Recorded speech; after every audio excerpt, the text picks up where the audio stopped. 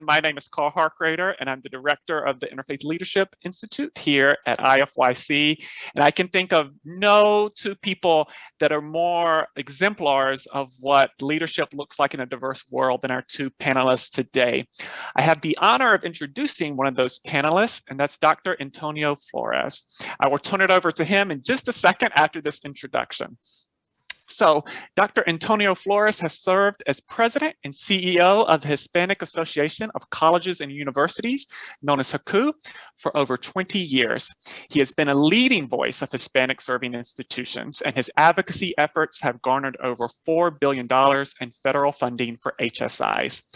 HACU's membership represents more than 500 colleges and universities that collectively serve 2/3 of the nearly 4 million Hispanic students in U.S. higher education across 37 states, the District of Columbia, and Puerto Rico. And it also includes 28 leading universities in Latin America and Spain. Dr. Flores earned a PhD in higher education administration from the University of Michigan, Ann Arbor, and has received numerous recognitions and honors for his contributions to higher education. And we are so grateful to have him here today. Dr. Flores, I'm going to pass it over to you. Thank you, Carl. Thank you very much, Carl Harkrader, director of the Interfaith Leadership Institute, and we are delighted to be part of this event because obviously we think the world of our main presenter today, Dolores Huerta, whom I'm going to introduce briefly. And I just want to highlight the fact that the University of Laverne, which is co-hosting this event, is a distinguished member of our association.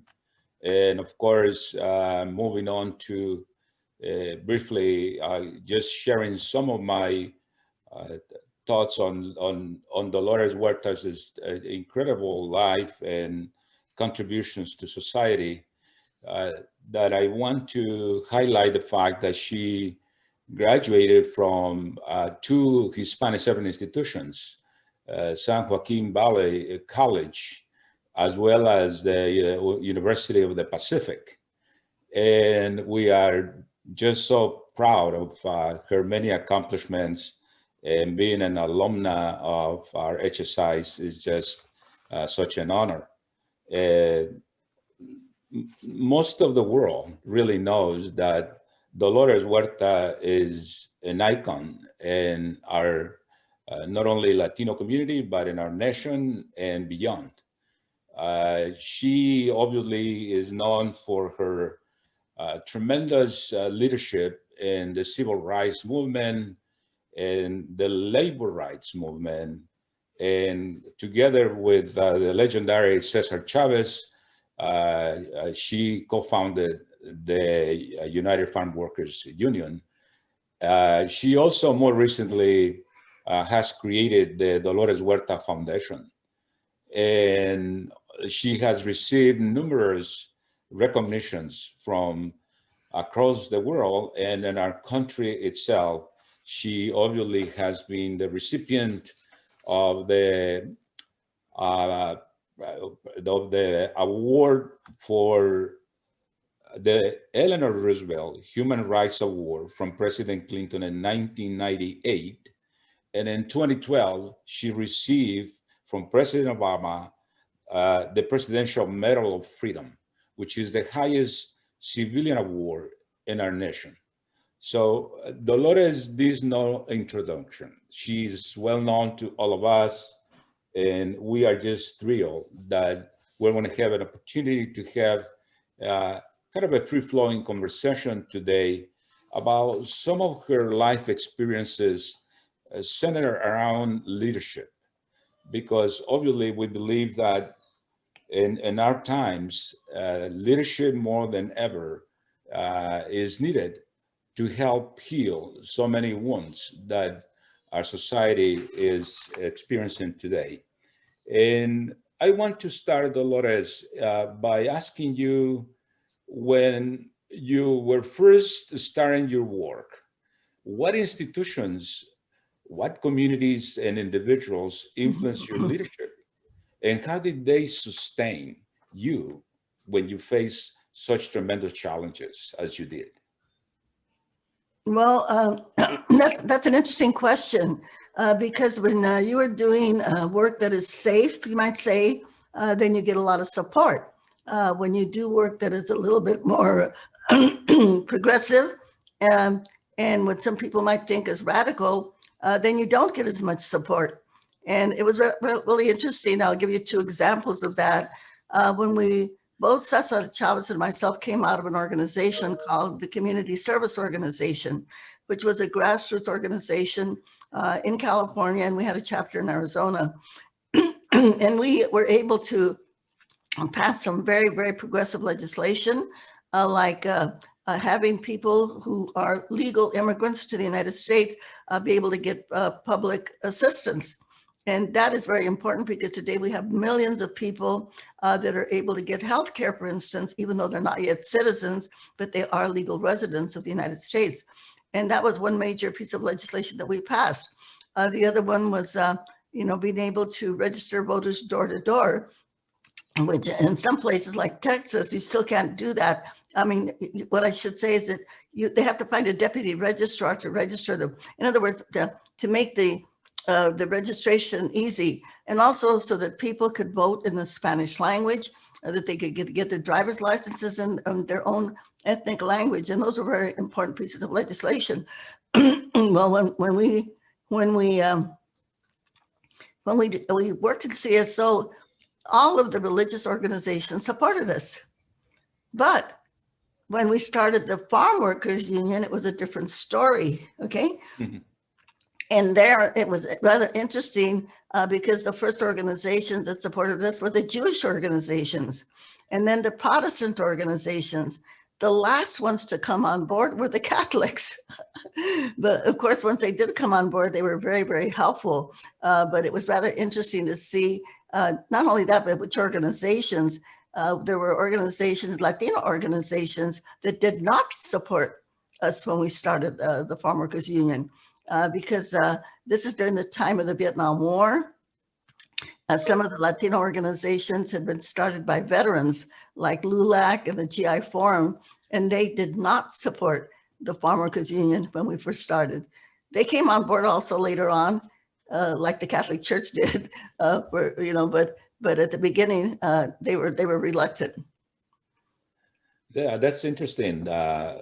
Probably the fact that the Catholic Church came around at the very end mm-hmm. is because Pope Francis was not around at that time. Well, there were a lot of the growers were Catholics, and, and they had relatives, and of course they painted us. The word that they used back in those days, they said that we were communists, of course, which we were not. Like Cesar said, we're Democrats, not communists. And it's interesting because in today's world, you see people using that same kind of language. And I'm saying that people are socialists, right? I guess that's a new word that took the place of communists. Right. Mm-hmm. Yeah. No. Well, it's so fascinating to hear you share with us those stories, because obviously we are living in a very different world, but some of the issues persist even exactly. Today. And one of them that seems to be growing continually, unfortunately, is inequality. And it has just gotten worse and worse over time. And I wonder if you could share with us some of your thoughts on what might be some of the contributing factors to that persistent and growing inequality in our society and across the world.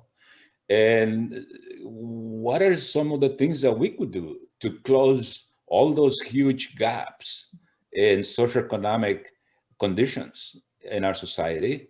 And if you could maybe even think of what colleges and universities might be able to do to help with that. Thank you, Dr. Flores. That's a great question. Well, we know that we have systemic racism in the United States of America, and it permeates all of our organizations, our public institutions, our private institutions, the corporation. It is there. It is like a cancer that we have in our United States of America. And in order to eliminate the racism, it's going to take all of us working together to end it. And of course, I believe that the religions, organized religion, has a very, very big role in making that happen. But on the other hand, we have to start really being honest about some of the positions that organized religion takes. You mentioned Pope Francis, for instance. Okay, well, the Pope has moved the needle a little bit when it comes to the issues of gay marriage. But when it comes to women's reproductive rights, they're stuck. And not only that, but the Catholic Church, which was very supportive of the farm worker movement. I mean, we had seminarians on picket lines. We had bishops that came, negotiated with the growers. They gave housing to the farm workers when they went out in the boycott. Now the Catholic Church, unfortunately, has moved so far to the right that we might say that at this point, they're part of the problem. And we can say the same thing about the evangelicals. And at the heart of this, of course, is the issue of gay rights and women's reproductive rights, okay?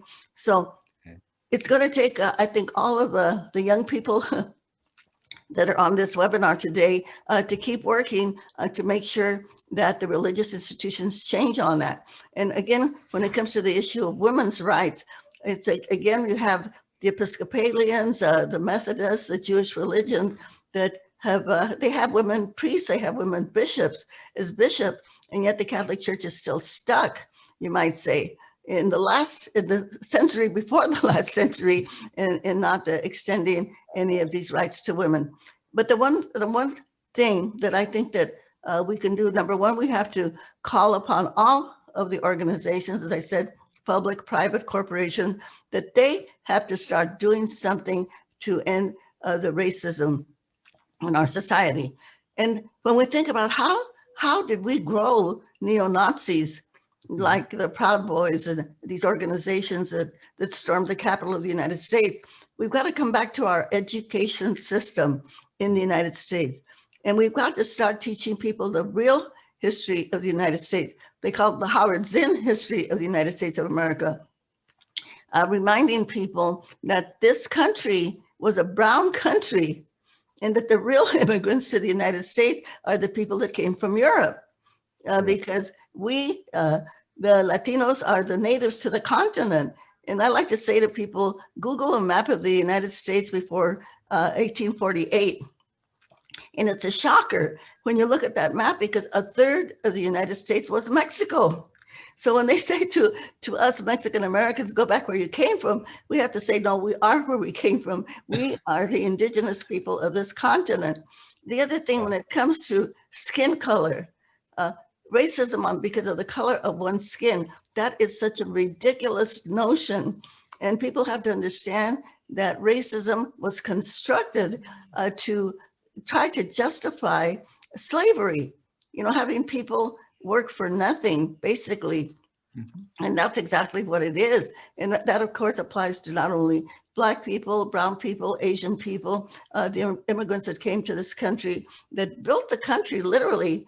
The Native Americans and the Blacks were the first slaves that built the United States of America. They built the Congress. Right. They built the White House, and they have never been acknowledged for that. The other thing, this is a really, and this is science, okay?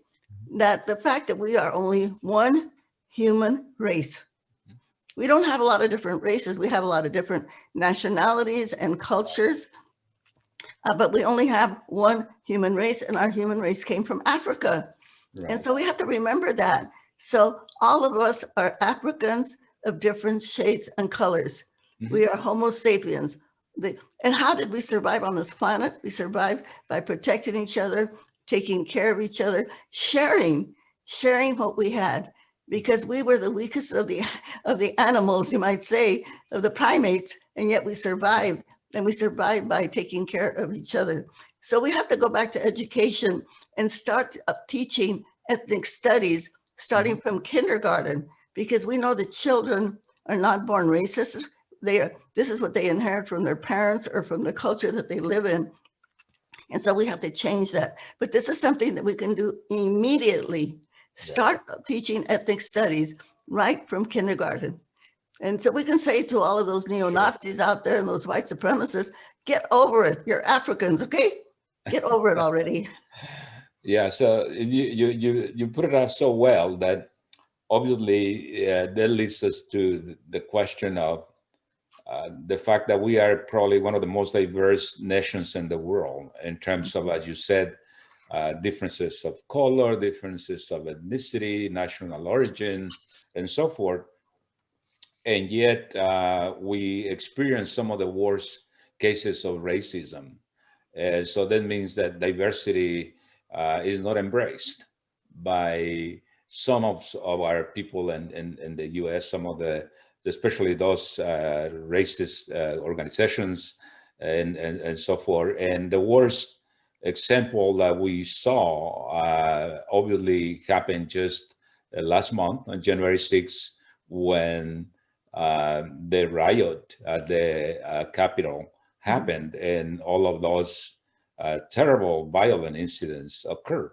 And there was something that didn't just happen by accident, but it evolved. It evolved, and it came from that notion of racism, of people rejecting diversity. And so the question is, in my mind, how can we help to instill? You already mentioned the curriculum and schools and the teaching, but in fact, how can we instill the values of sharing, as you said, of community, of equality, etc.? All those good things that make for the embracement of diversity in our society to counteract all these other negative forces.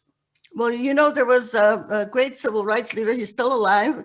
If you haven't had him address your group, I would recommend it, Dr. Jim Lawson. And he's the one that worked with Dr. Martin Luther King to teach nonviolence. And he had a great, I love to quote his statement, all of us, we have to work together to dismantle the systems of oppression, okay? All of us have to do that together. So I would say to all of the students that are on our Zoom today is that look at your own university or your own school where you're at, where you're studying, and see what they are doing in terms of teaching about racial inequality. And it's not just about Dr. Martin Luther King. We should be taught about Emmett Till, this 14-year-old that was killed in Mississippi because they said he was a little white woman. There's a documentary about him. There's another documentary, I'm gonna repeat his name again, Emmett Till, that should be taught to in every school.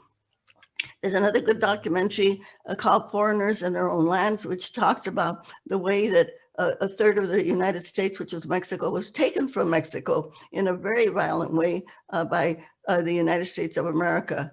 Another one is a documentary about Matthew Shepard, a young, brilliant young student who was going to be a doctor who was killed because he was gay by other young men. So these are important documentaries, I think, so that people can start learning sensitivity. And when we talk about immigration, I just wanted to throw this out there because I think this is a place where everybody on the Zoom today can be very, very helpful. There is an immigration bill that is being presented by the Biden administration, but it's what's going to take all of us to get that bill passed, okay? Right. And so if people in their areas where they live, if they can start contacting their congresspersons and their senators to tell them to pass this immigration bill. And that is going to be so important. And I like to quote Michael Moore, the documentarian. And Michael Moore says this: when you wake up in the morning, what do? We wash our face, we brush our teeth, and then we call our congressman. And so we can call our congressman either through a phone call or through an email or through a snail mail, a handwritten letter, and getting petitions at your schools, where you're at, from all of your friends, getting petitions, and it can be a petition of 10 people, but get 100 of them and send them to your congressperson and to your senator so that we can get immigration reform passed. And I want to add something when I talk about immigration reform. Okay, and this, of course, would give a legal status to so many people that are here and documented in the United States of America that are working very hard every day, like the farm workers who are putting food on everybody's table, many of the people in construction, and they do really the hard jobs, taking care of children, taking care of the elderly, keeping our buildings clean and safe and sanitary. So all of those people who are working hard deserve to become legalized citizens of the United States of America. And, and I want to say this word too. I'm going to say the word bananas.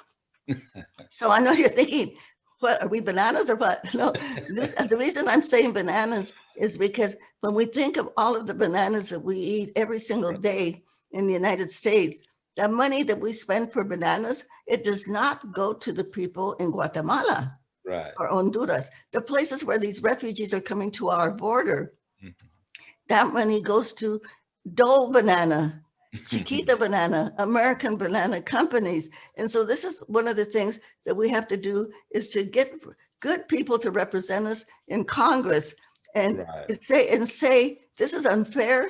That people come to our borders to seek refuge because they are escaping poverty. They are escaping violence, and we have to help them and not turn them away, but also, change our economic systems to make sure that the money that we spend for bananas goes to the people that produce the bananas, and on whose land the bananas are produced. Absolutely. Well, it's such a pressing issue, that one that you just brought up of immigration reform. Mm-hmm. And also the conditions, the living conditions of Central Americans in particular. I know that President Biden has recommended $4 billion to be invested in development in Central America. Hopefully some of the money will be used to also educate corporations to be more humane and to treat much better the people in Central America, and that the money invested in those countries will help them remain in their home communities and live a decent life with health and education and housing that is humane. And so I think we all identify with that and support that. And just a bit of a commercial here on immigration reform. HACU, of course, the association that I'm proud to represent, is committed to supporting that, and we are rallying with many other national organizations to do that. We have a website dedicated to advocacy, and it's very easy to use. I'm going to pass on the information to those who are in our event. Is HACU Advocates, one word, HACUadvocates.net. And that will take you to a series of resources and tools that you can use to immediately communicate very effectively with your members of Congress on issues that we are advocating for, such as immigration reform. Mm-hmm. And we have that right now in our website. But obviously, one thing that we need to also highlight is the fact that the so-called minority communities are becoming increasingly the majority in many key states, including California, Texas, Florida, New York, Illinois, among many others. And obviously in California, we know that about 55% of all the students in K-12 are Latino. And then if you add the African American and the Asian American and others, they are the vast majority. The same is happening in Texas already. And yet we still have a lot of challenges with respect to the lack of role models in classrooms, of teachers of color, if you will, and the fact that the curriculum not always reflects what these communities are all about in history or otherwise.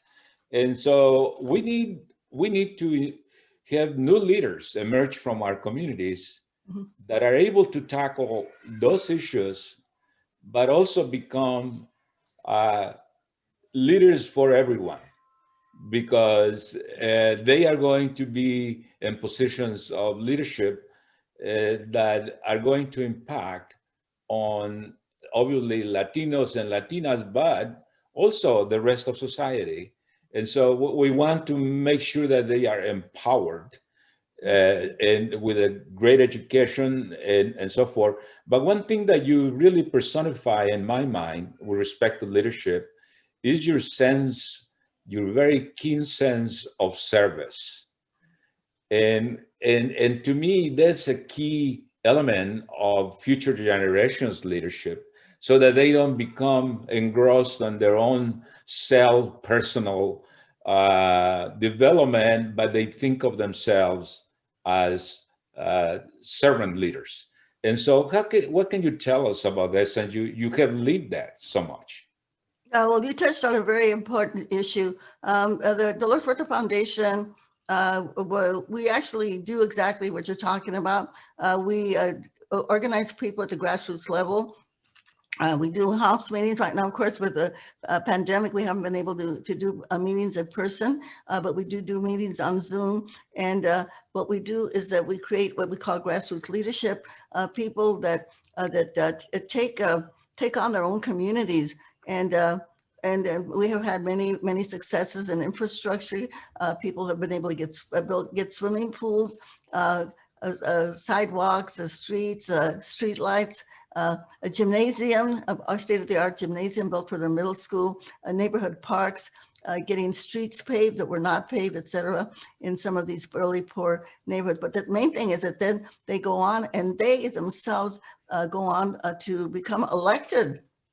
And so they serve on school boards, and they serve on recreation boards and water boards, and kind of taking over the power in their own community. And that is a very important aspect, because as you said before, we want the people that represent us to be servants, and people that are there to serve the people, and not there just to make a profit on their own successes. And we have seen a lot of this now, as you mentioned, what happened on January the 6th, where even in spite of people that were being threatened, that got death threats, like Nancy Pelosi and Ocasio-Cortez, and yet we have some of the politicians that are not acknowledging or taking any kind of responsibility to make sure that this doesn't happen again.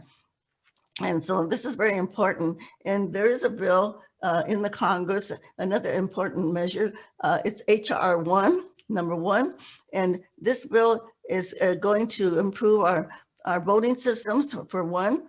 It's going to, one of the important parts of that bill will be, of course, to end all of this, of these different kind of methods that they used to suppress voters, to make sure people can get registered to vote, as I mentioned before, like in Texas, where it's very hard for people to register to vote, but also to get public financing, because we know that right now, money pretty much dictates who's going to be getting elected.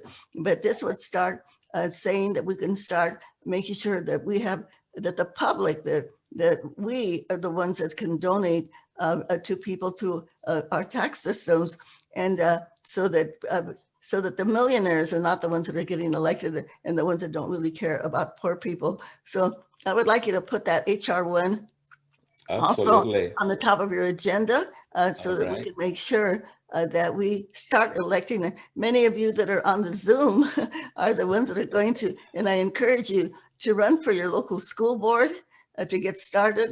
Some of your local agencies out there, public organizations, and then go on to the Congress and to the US Senate, and for your state legislatures also, city councils also. Yeah, great. Yeah, and of course, as we speak, the US Senate is deliberating those very issues with respect to the impeachment process. Right.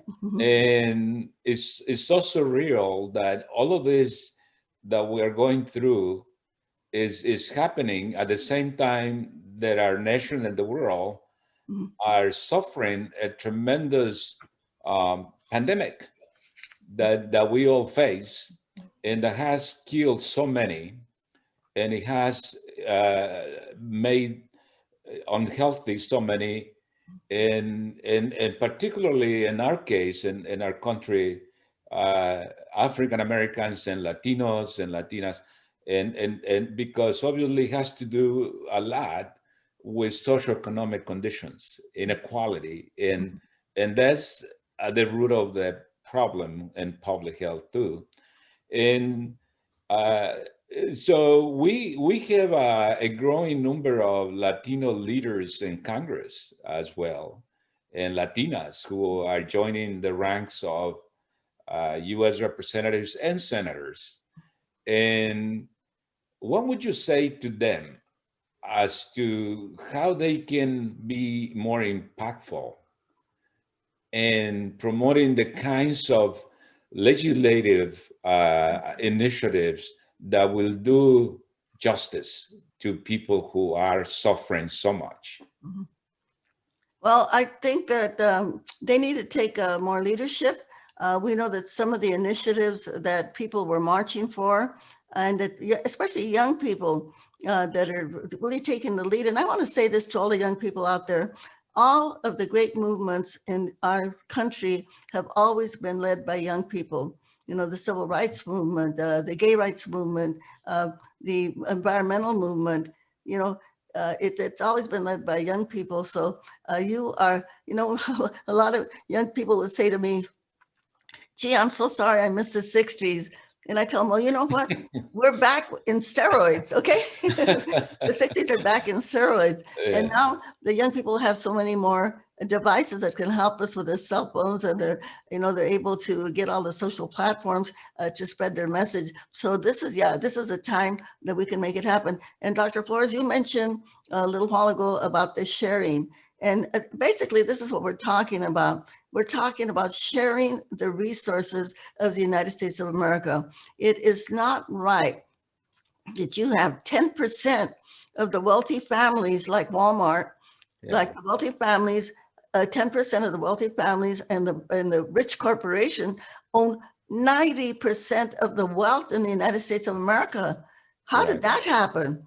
Okay, we know that that is not right. We have a lot of people living in poverty, especially now during the pandemic, that so many people have lost their jobs. And so, yeah, we have to have a sharing economy. And I'm not talking about Uber or Lyft. I'm talking about that we have to share the resources of our country for everyone, okay? Right. And so we have to end this income inequality that now exists in our country. And of course, one of the ways, as we talked earlier, is electing people that are going to be servants and that are going to fight for the poor. And yes, everybody should have health care, and we should have single payer. I mean, the United Kingdom, England, they have had national health care since after World War II. I mean, that is decades ago, and yet we don't have it in the United States of America. And we should have free college tuition for everyone. There is no reason, because you have countries in Europe that do have healthcare for everyone free, college education for everyone free. And we have countries in Latin America, little teeny Cuba, which has an economic boycott by the United States. Hopefully now with President Biden, that can be lifted. But in Cuba, and I don't know, Dr. Flores, if you've been to Cuba, but if you haven't, you need to go. But there you have, everybody in Cuba has free healthcare. Everybody in Cuba has a free college education. So if this teeny little country like Cuba can do this for its citizens, the United States of America should be able to do it for its residents here. Sure. And obviously, even other countries that operate under the same framework of capitalism as we do it in a more humane way. I mean, if we go to Europe, for example, I mean, you see a lot of European countries that provide exactly what you're saying. It's medical services, health services for everyone with the same doctors, regardless of your socioeconomic condition. The same quality of education, even from pre-K all the way up to college, free.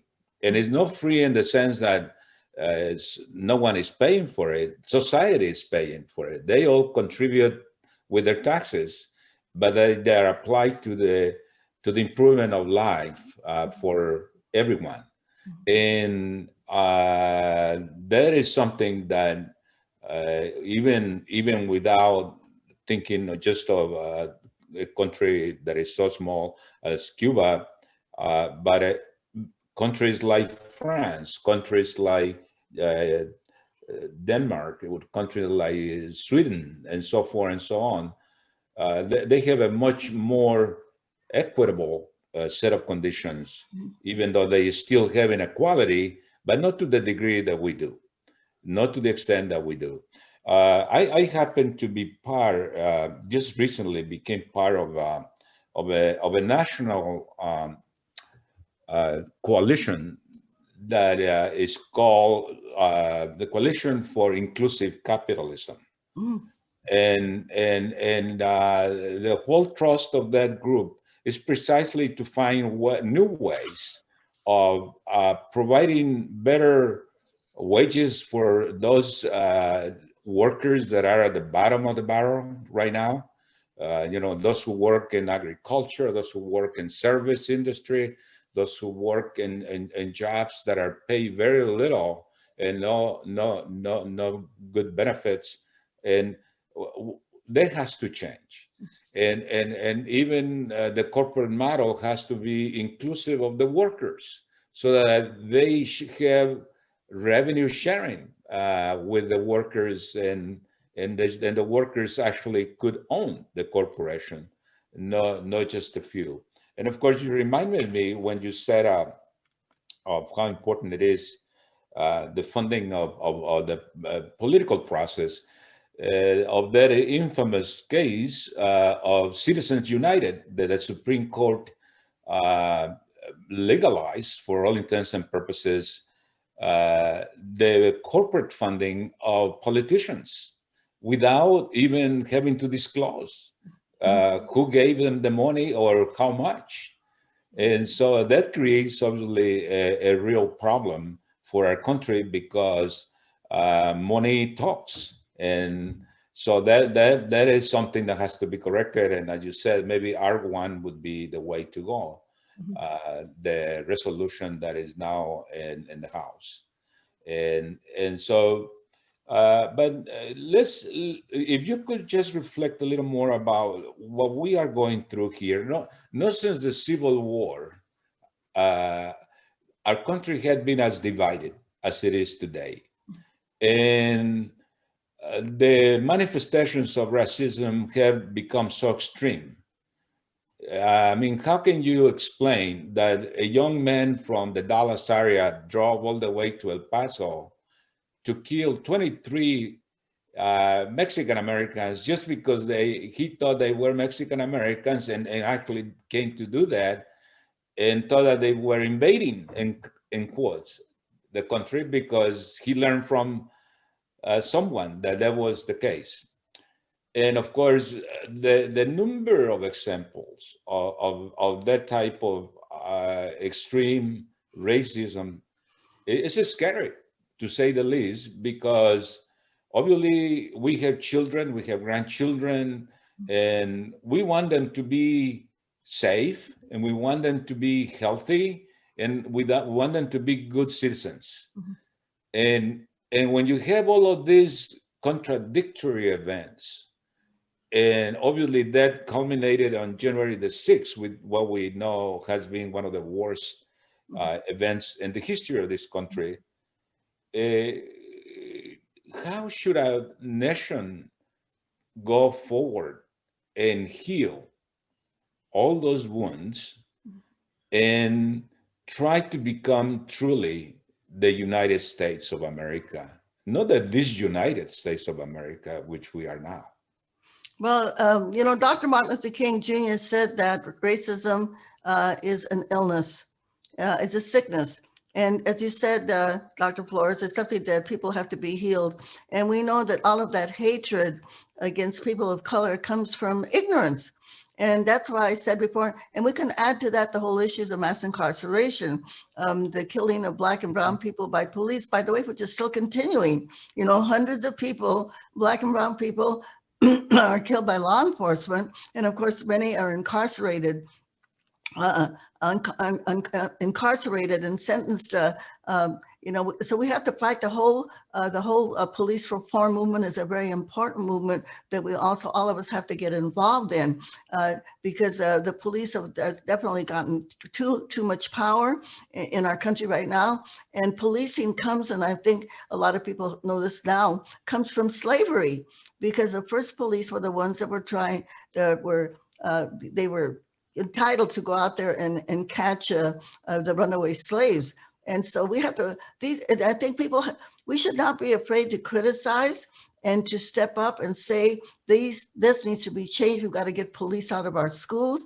Our foundation, we're working like in 14 different school districts, and we're working in 4 different counties in the state of California right now to stop the school to prison pipeline, to stop the suspension and expulsion of Black and brown students.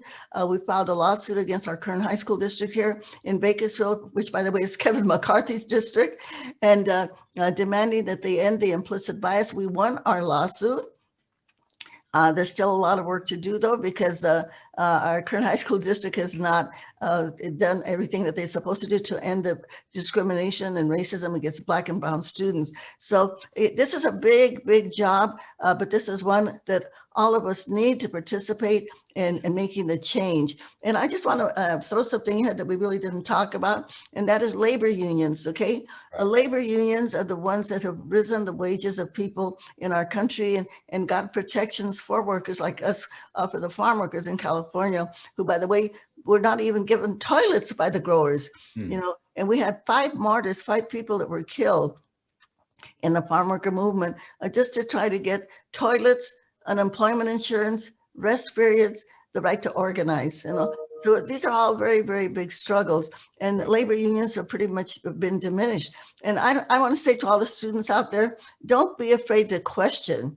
You know, we have to question the whole issue of the amount of money that city budgets, many cities, over half of their budget goes to policing. Really, when it should be going to social workers and people that can handle some of the issues that families confront, you know. We should challenge policing, we should challenge education, and yes, and we should challenge capitalism. Now, I'd be one to say we should challenge capitalism because it's not working for the majority of the people in the United States of America. Thank you so much for your insights, Dolores.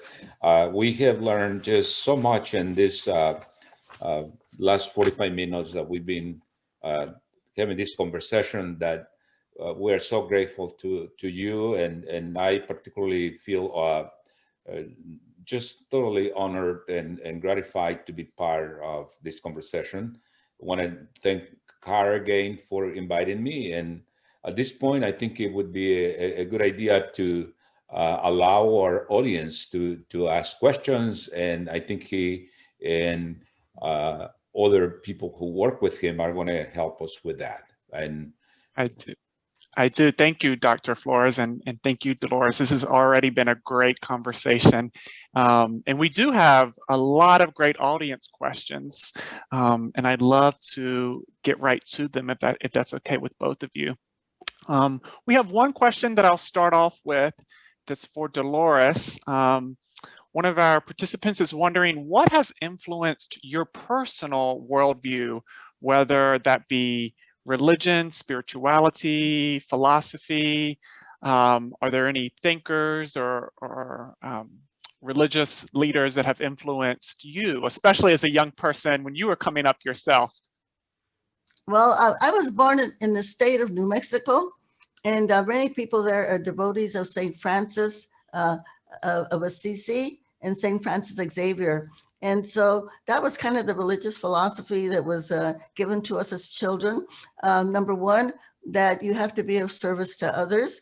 And as my mother would tell us, if you see somebody that needs help, don't wait for them to ask for help. You have a responsibility to help them and do whatever you can in every situation. And the other thing, don't expect a recompense for what you're doing.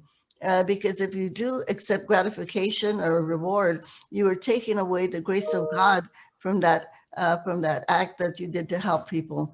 And that was pretty much, I think, the other one. I was a Girl Scout for 10 years of my life. And of course, in the Girl Scouts is the whole philosophy of the Girl Scouts is to be of service to others.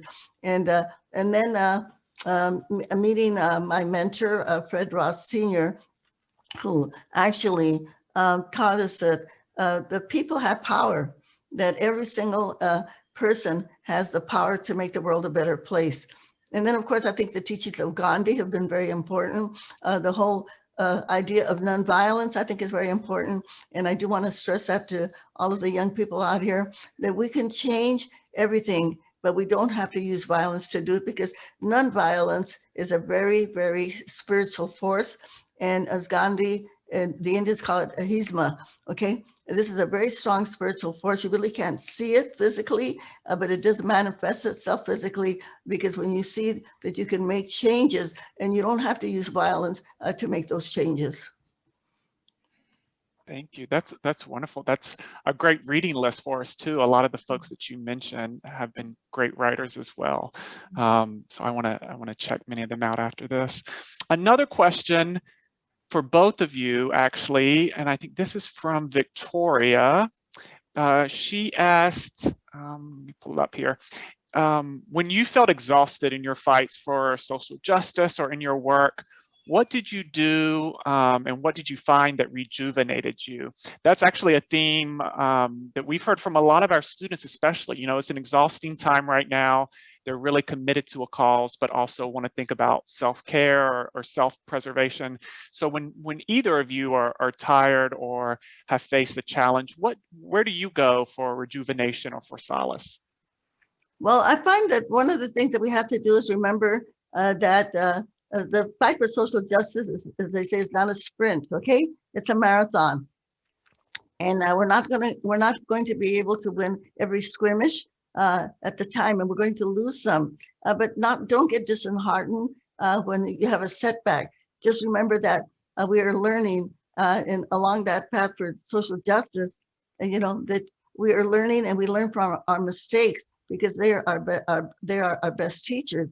And if something doesn't go the way that we want it to go, then we know we just have to do something different, and we'll have to learn new tactics or learn new strategies. And so not to get disheartened, and to celebrate our victories, whatever they may be, or even celebrate the work that we're doing. And I, for one, I like music, I like dancing, and just I know with the pandemic we can't really get together and celebrate a lot, but even we can celebrate on Zooms the way that we do with our organization. We get together, we have a Zoom lunch once a week, and we do all of these different things. We have a dance party on Zoom, and so celebrate. Think of people telling stories and just sharing, I think, so we can kind of boost each other up, and you're never out there by yourself. That's wonderful. I wish we'd incorporated a dance element into this webinar. Next time. Next time. Dr. Flores, did you want to share anything? Well, in my case, my line of work is in education, higher education, and advocating for better opportunities for communities that have been underserved historically. I'm an immigrant to this country. So I think it's important that I point that out, because I was 25 when I came to the US. And I come from a very tiny farming community in rural Mexico, where I think my life, my character, my personality, if you will, was pretty much shaped and defined. So by the time I left that little community at the age of 11, because I couldn't finish elementary school there, it was only up to 5th grade, I think I pretty much was set to go. And that's in the sense of, and because it was such a underdeveloped community, and with so many sort of deficiencies, if you will, compared to the city. When I moved to the city, it was like a whole different world. And so coming from that background, I think it makes you feel like anything that happens after that is really a win. And even when you have some setback, as Dolores was saying, I try to reflect on the positive things that have happened over my lifetime and in my work, and kind of celebrate that within my own mind. And frankly, as far as relaxation, I like to read, I like to listen to music, and I go back to some readings that I have reread so many of the same books over the years that give me sort of energy in a way, and I feel like doing that helps me not only to reconnect with values that I uphold, but to not feel discouraged, because life is always that way, has always been that way.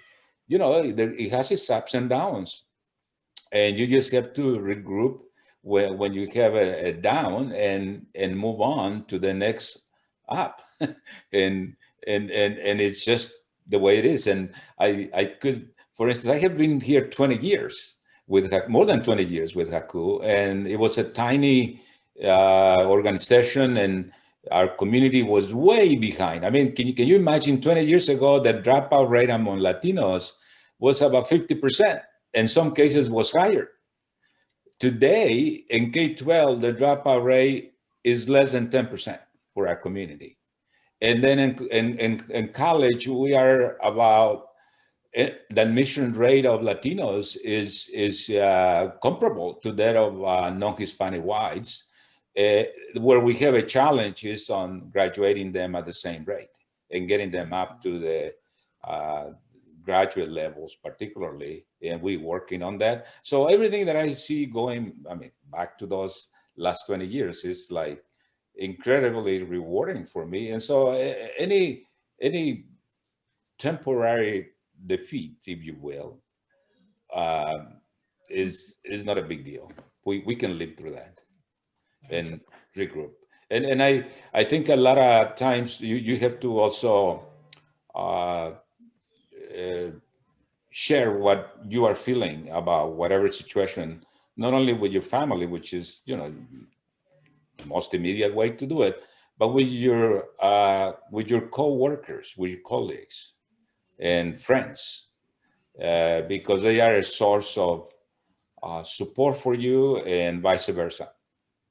And so that's basically how I deal with those kinds of situations. That's wonderful. And I think that's a wonderful note to end on, to the idea of connection with your colleagues, your friends, people in your network. I think I can say that probably that idea powers both of your work in different ways. And unfortunately, we had a ton of questions. Unfortunately, we won't be able to get to all of them, but that is great for both of you, because I encourage all our participants to go to HACU's website, to go to the Dolores Huerta Foundation website, and there's a good chance that you'll be able to reach out to them through those and ask your questions there. I would like to make a comment. Oh, sure. And number one, Dr. Flores, I do not call it dropout rates. I call it push out rates, Okay. because this is what we have seen. And in the state of California, they addressed this by Governor Brown, Jerry Brown, addressed this, and Governor Newsom has followed that, is because every school district now has to get their money. They get their money directly from the state. But as part of getting that money, they have to have a welcoming climate in every school. And they have to take steps, and there's been special funding that the state has provided for people of color, for low-income students, for foster children, and so that they're trying to equalize that, but it's not easy because you have, as we've been discussing, this systemic racism that exists in all of these school districts, and especially aimed at Black and brown students. And in our case, where we filed our lawsuit that I mentioned, they had expelled 2,100 Black and brown students from the high school district in 1 year. Wow. As a result of our lawsuit, we have brought that down to 21. In another area that we're working, where most of the students were African-American students, 8 out of 10 African-American students were being expelled and suspended. And we have, of course, now we have an African-American advisory committee that we have instituted into that particular school district. But I would say to all the young people out there, take on the local school districts and see exactly what they're doing. And one more thing, I just want to throw this out to all the young people out there. I talked about nonviolence, and one of the things that we used a lot with the Pharmaca movement and also with our Dolores Huerta Foundation is fasting. And when, of course, Cesar Chavez, you know, he fasted for 25 days, and the last fast was for 36 days. And this was about pesticides. And we haven't talked about the climate change and what's happening now with global warming, which is something that we also have to put on our agenda. But I would say if you want to do something and do not only the petition gathering for the immigration bill that we talked about, for the HR1, the People's Bill for to end voter suppression, but also have everybody do a fast, and it could be very simple. Everybody just gives up their lunch, okay?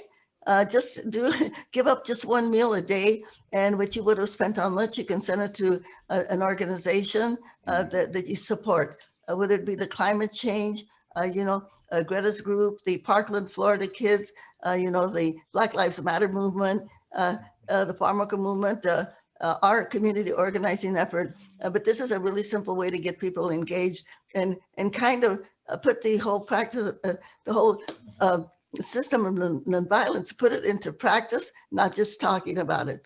And not forget to send those emails and those letters that we need to pass these important pieces of legislation. And could we end this? And I don't know if they can unmute everybody, but I want to end my lectures my talks by saying to people one good thing. And I like to ask the students, and I know we probably can't hear them, but I want them to remember this. And I like to ask them this. And my question is this: who's got the power? And I want them to say, we've got the power. And then I say, what kind of power? And the answer is people power, okay? Yeah. And we want them to remember that each and every one of us has power to make changes. And that power is in our person. And this is all that we need to make the changes that need to be, the things that need to be changed. The racism, income inequality, okay? That we have the power to do it. And that reminds me, Dolores, of that now very famous, the very famous phrase that you and Cesar Chavez coined in Spanish, translates to "Si se puede." Yeah, and it was not Cesar, it was me. Yeah, okay. Okay. Just to make clear. Great. Well, let me say just thank you to you both. I think that's a wonderful note to end on. I hope you're noticing the chat where people are putting their agreement with you, Dolores, that we do have people power. And you and Dr. Flores gave us so many examples today of how to put that people power into action. So again, I wanted to thank both of you all.